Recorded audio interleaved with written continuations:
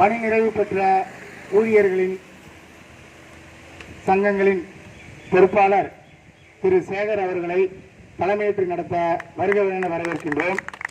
அதனைத் தொடர்ந்து அயல் பணியில் சென்றுள்ள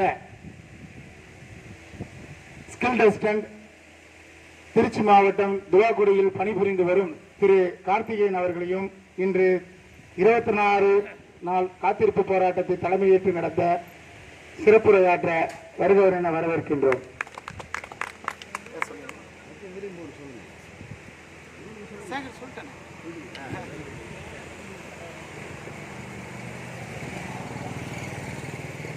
ஊழியர்களாகிய நாம் அனைவரும் இன்று 26வது நாள் காத்திருப்பு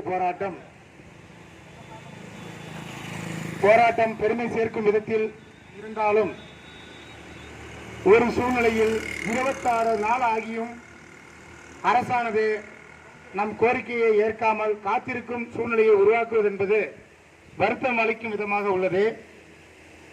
இந்த வருத்தம் அளிக்கும் நிலையிலும் நமக்கு உணர்ச்சி விதமான உணர்வுகளை ஏற்படுத்தும் விதமாக இந்த களமானது இன்னும் அதிக நாட்கள் தேவைப்படும் என எதற்காக என்றால் அயற்பணியில் சென்றுள்ள ஊழியர்களும் தற்பொழுது அண்ணாமலை பல்கலைக்கழகத்தில் பணியாற்றி வரும் ஊழியர்களும் மேலும் பணி நிறைவு பெற்ற ஊழியர்களும் அனைவரும் மாபெரும் ஒன்று சேர்க்கும் களமாக அமையும் என்ற சூழலை உருவாக்கும் நோக்கத்திலே இந்த நாட்கள் கடந்து வருகிறது என்பது ஒரு பெருமைகர விஷயமாக இருக்கும் என கருதுகிறேன்.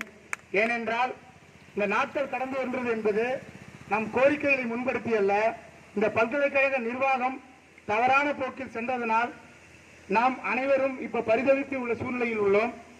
மேலும் இந்த பல்கலைக்கழகம் பாரம்பரியம் மிக்க பல்கலைக்கழகம், பல்வேறு அரசு துறையில் பணியாற்றியுள்ள ஊழியர்களுக்கு பதவி உயர்வு வழங்கி கொடுத்த பல்கலைக்கழகம், பல்வேறு அரசியலமைப்பில் உள்ள அமைச்சர்களை உருவாக்கிய பல்கலைக்கழகம்,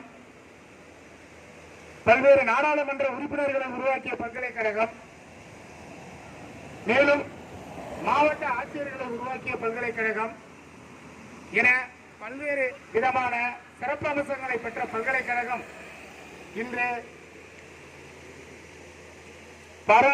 பராமரிப்பின்றி பாழடைந்த நிலையில் பல்வேறு கட்டிடங்கள் பழுதாகி உள்ள சூழ்நிலையில் இன்று வருத்தமிக்க சூழ்நிலையில் உள்ளது என்பது அப்பொழுது பதவி பயின்ற அனைத்து மாணவர்களுக்கும் பணியாற்றிய நம் ஊழியர்களுக்கும் மிகுந்த வேதனை அளிக்கிறது.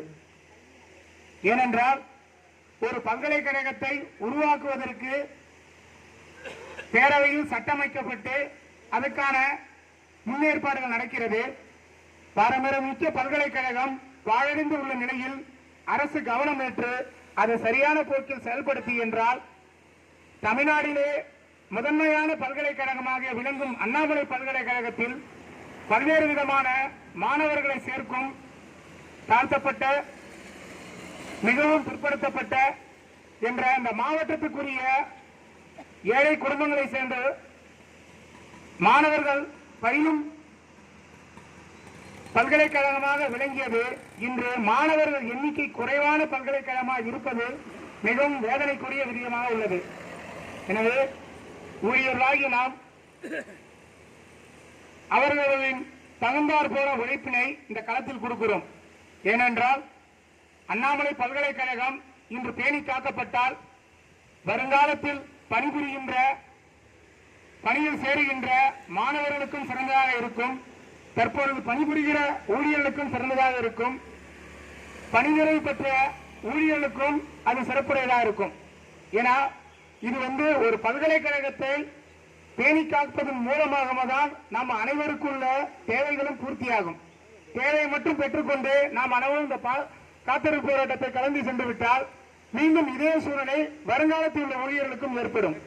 எனவே எத்தனை நாட்கள் ஆனாலும் இந்த காத்திருப்பு போராட்டமானது பல்கலைக்கழகத்தை மீண்டும் செல்வம் செழிக்கும் பூமியாக, செல்வம் செழிக்கும் வளம் நிறைந்த மாணவர்கள் பயிலும் ஒரு 15 ஆண்டுகளுக்கு முன்பு எப்படி இந்த பல்கலைக்கழகம் இருந்ததோ அதைவிட 100 பங்கு கூடுதலாக அமைக்கும் வரை இந்த போராட்ட களம் மாறாது என்பதை உறுதி கொண்டு வாய்ப்பிற்கு நன்றி கூறுகிறேன். அடுத்ததாக திரு தலைமையேற்றுள்ள கார்த்திகேயன் அவர்களை பேச வருகிறேன். ஓய்வு